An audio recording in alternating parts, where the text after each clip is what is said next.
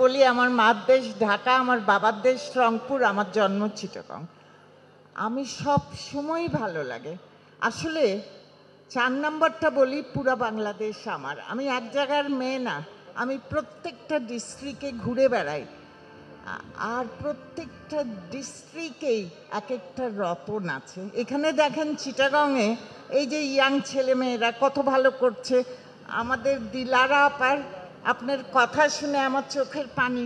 দিলারা আপা, আমি রোজ শুনি এটা, আমার বাবা মা শুনতে শুনতে মারা গেছে যে বিবিকে কেন ফ্যাশনে পড়িয়েছ। কাজেই আমি আপনাকে বলতে চাই আপা, 1.5 বছর আগে যখন আপনার সঙ্গে আমার একটা অনুষ্ঠানে দেখা হয়েছিল, উনি বলছে উনি একা থাকে, উনি সব কিছু একা করে। আমাকে সবাই বলে তুমি একদম একা থাকো। আমি একটা সেলফ ফান্ডেড প্রজেক্ট, আমাকে কেউ কোনোদিন স্পন্সর করেও নি, আমি চাইও না। ভিক্ষা করে বড় হইনি বিদেশে, নিজের ট্যালেন্ট দেখিয়ে। আর উনি যখন বলছে আমার বাসার কাজও আমি করি, কোনো অসুবিধা নেই, আমি বিদেশে বড় হয়েছি, কাজ করা কিছু না, পোস্ট দিলি করে পড়াশোনা করে ফাইনাল ইয়ারের কাজ ব্রিটিশ আর্কাইভে আছে। তো আপনাদের এখানে যারা ইয়াং জেনারেশন, আমার একটাই বলা, আমার আজকে 2 পা মাটিতে আছে আমার ঘরের শিক্ষা। আমি কাকে না দেখে বড় হয়েছি আমাদের দেশের সব রতনদের। আমি বলবো প্লিজ নিজেদের দেশের সংস্কৃতি ভুলে যেও না, হেরিটেজ ভুলে যেও না, ইতিহাস ভুলে যেও না। প্রত্যেকখান থেকে শিক্ষা হয়।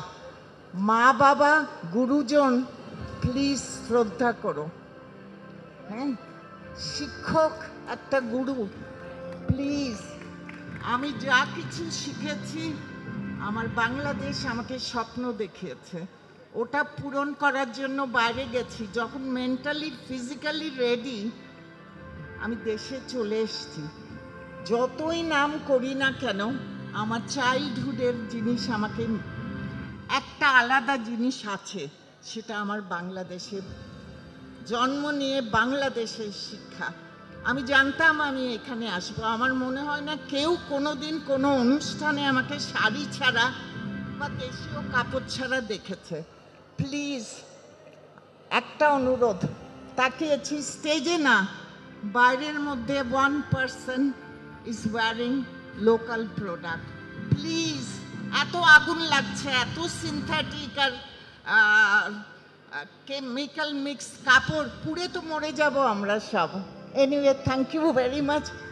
আমার এই অনার আমার জীবনে চলার পথে শক্তি। আমার তো মা বাবা কেউ নাই, সব মারা গেছেন। আপা, রোজ শুনি কিন্তু কানে তুলা দেওয়া।